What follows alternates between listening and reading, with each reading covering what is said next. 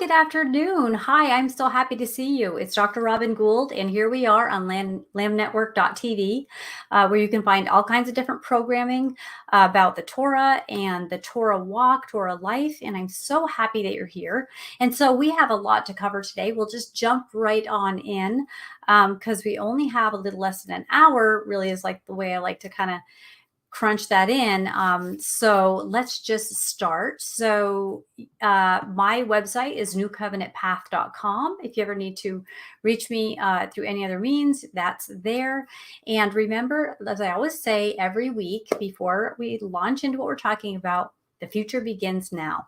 And everything that we are going to learn, whatever's true, is going to transform us, is going to change our lives, which is going to shift the entire matrix of our destiny in the way that we are walking toward what we're born for. And I really pray that that's your attitude and that's your belief, because I'm a forward thinker, and I think that there's value in that. There's very much value in being a now thinker, and I do strive more and more for that as time goes on and as I mature to kind of embrace the now. But anyway, so the future begins now. So I am trying to embody both of these concepts. It's not as easy as it sounds, and maybe you already know that. Okay, so here we go. The Torah portion this week, it's called D.R.E, and it goes from Genesis 18:1 through 22:24. Okay, so that's how that works. Now, if you're new to this, the Torah portion is just the Torah segmented into, into portions that the entire faith community, joins in all year, and it just restarts every year. And it's kind of neat. We can stand in solidarity with each other. We can be together, all on the same page and studying the same thing. And I think that's part of just being that broader community, as we are in the dispersion and we're far away from other believers. And particularly now in this season of history where there can be a lot of isolation going on and a lot of feeling very separate. I know a lot of people are struggling with that.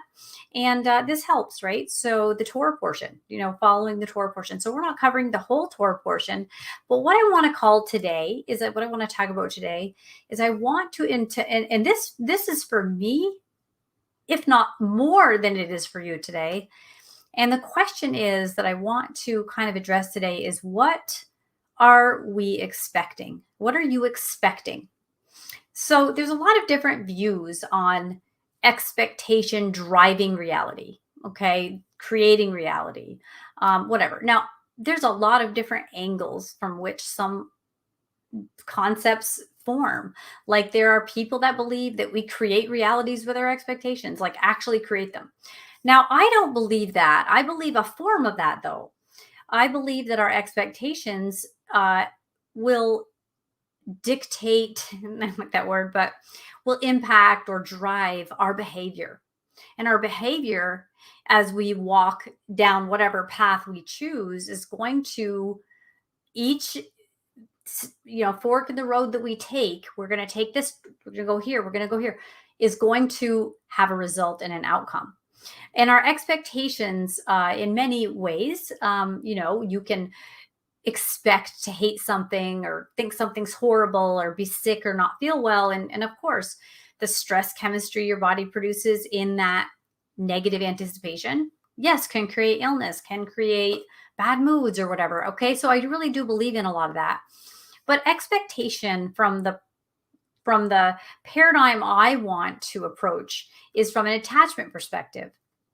And if you know anything about me, and if you've seen any of my programs, I'm an attachment specialist. I'm a marriage and family therapist, and that's my bent. So I always come from an attachment lens. I look at the Bible, I look at God, I look at the faith family in the Bible, I look at our faith family from an attachment perspective.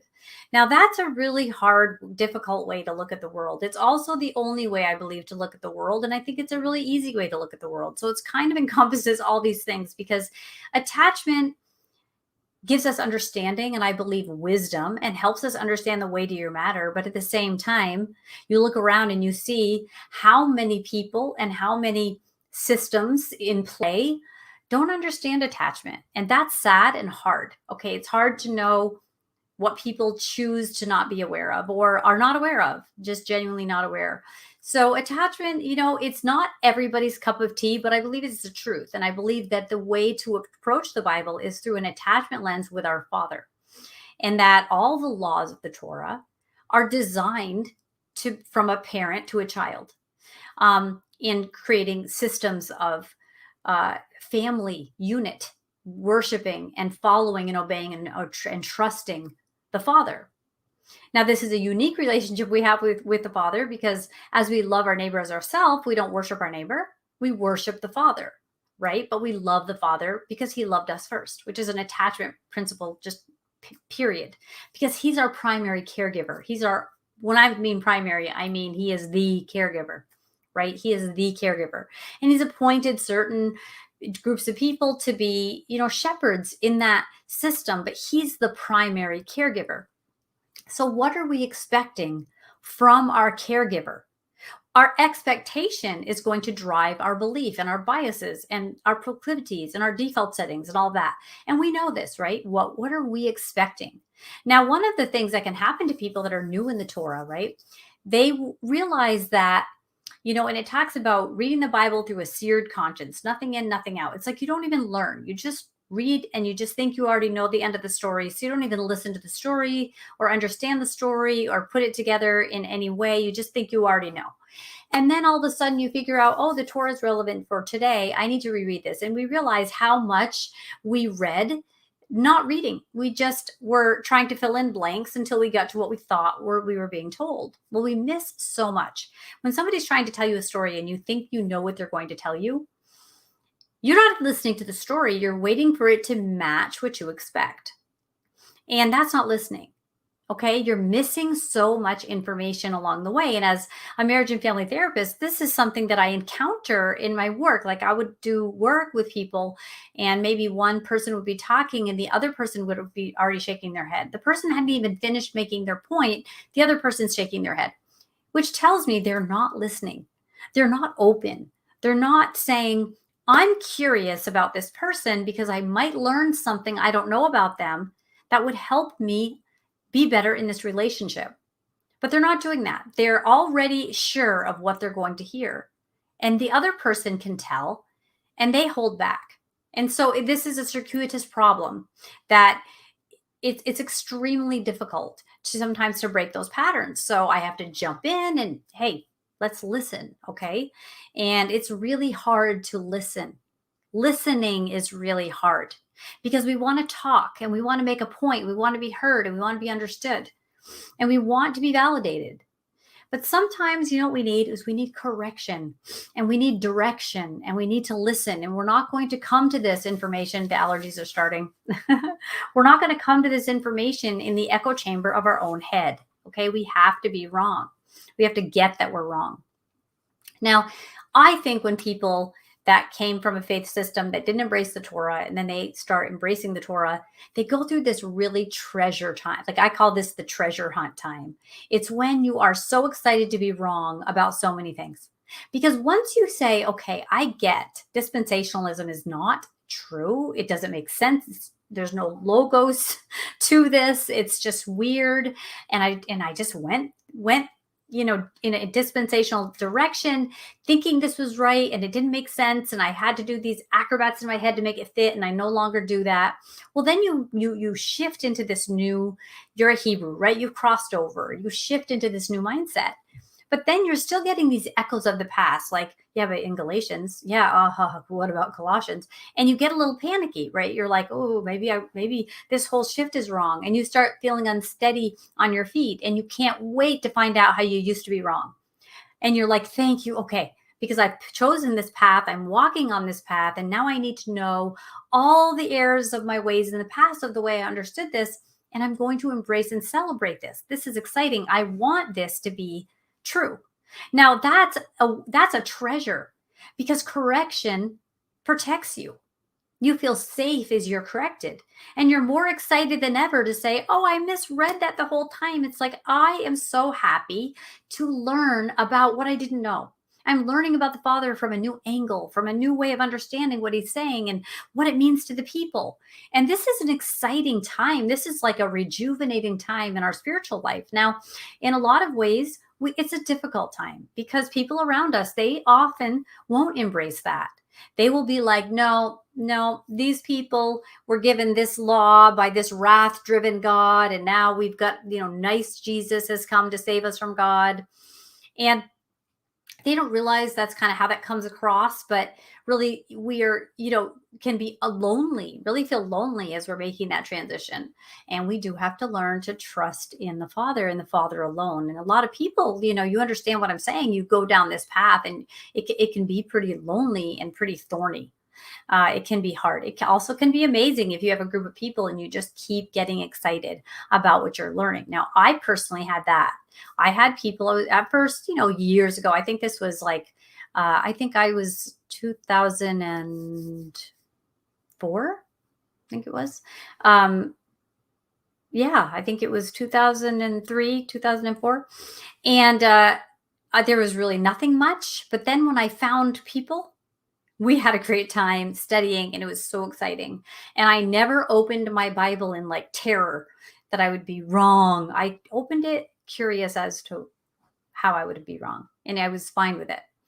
And that is a treasure, my friend, because that shows attachment, right? That's attachment. So let's go into something about what we're expecting and how it applies, I believe, to the portion. And we're just going to talk a little bit about part of the portion. We're a quarter of the way through. You see how quick this goes. And I'm just giving you my introduction here, but I want to remind you, God knows your birthday.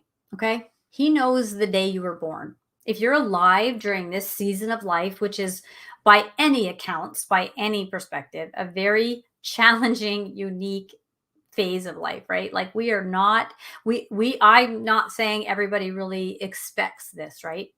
And a friend of mine said a couple months, and it really kind of struck me. And she said, God knows my address. Like if I'm living here and I'm here and this is where I am right now and this is where I feel like I need to be, God knows I'm here. Because a lot of people are thinking, where should I go? What should I do? Okay. So let's gather in some comfort here. And I'm saying this to myself. God knows my birthday. God knows my address. He knows where I am. He knows how old I am. He knows that I was born for a time such as this. My children, who are not raised for this kind of an environment, my adult sons, I've raised them, based on the rules I understood of the cost reward of, pursuing life. And wow, the world changed. All the rules have changed now. All the opportunities are different.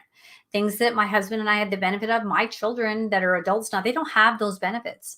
It's harder to connect with like mind and like kind and all that. So yeah, a lot of changes. So, and that's not so different through all of history. My younger son reminds me of this today. There's always going to be upheaval that everybody thinks is crazy, crazy, crazy. But yeah, this time I think we've hit that threshold here, to my knowledge, that this is pretty, aside from Noah's flood, we're dealing with something global.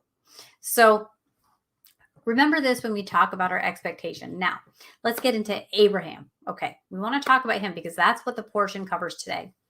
Now, Abraham is one of the people of many I want to talk to if I had a choice on the park bench. That question.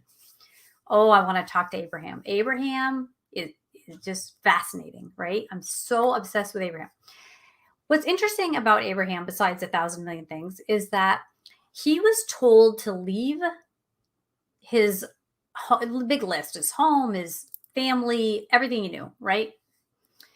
And he was said, I'll take you to a place I'll show you. That's basically all he's told. He doesn't know anything about this place that he'll be shown, but just that he'll be taken there. Massive act of trust, right? So he was told to leave without knowing where, by a God, that's like, I am, right? Which is interesting. What do I tell the people? I am. Okay. Now, from an attachment perspective, I just want to say just quickly, and I've said this before, just in case you're new, I just want to remind you, I believe I am is that definitive declarative statement of He is all. and you are safe because you are his. And to me, that completely encompasses that entire meaning of that name of I am. It's a verb. It's about what he'll do and what he is at the same time, because it's a verb and a noun. And wow, right? It's like incredible. And so in this portion, this is where God reveals himself to Abraham. And he does this 3 days after his circumcision. So that is so interesting. And we're going to like kind of nutshell what the portion is a bit. And I want to mention something about circumcision real quickly. Now, I'm not meaning to get graphic, and I mean, this is a G-rated show, but the Bible is not that G-rated because it's, general audiences, I think it is, G-rated because we are told to read it. And it covers things that a lot of people don't understand. I don't understand everything for sure, but I do think I understand from an attachment perspective the idea of circumcision. So without getting graphic, if you have children, maybe set them aside until you have this talk with them. And I'm not going to get graphic, but I'm going to just say that the idea of circumcision from an attachment perspective is that there's the blood covenant, that's the circle, and then the seed passes through the blood covenant, which is a promise that to Abraham's seed, which is everybody, right? The seed of Abraham, that this promise is offered to them, right? That this covenant is offered to each and every single person. That is very significant to me. Children are now circumcised on day 8. Now, I think he was 99. Abraham was 99, and this promise was made to his seed. The promise wasn't to him about him, except about his seed. Okay? So that to me is very fascinating, that ring of blood with the seed passing through it is the ultimate in I love every person on this planet. What a great message from I am, right?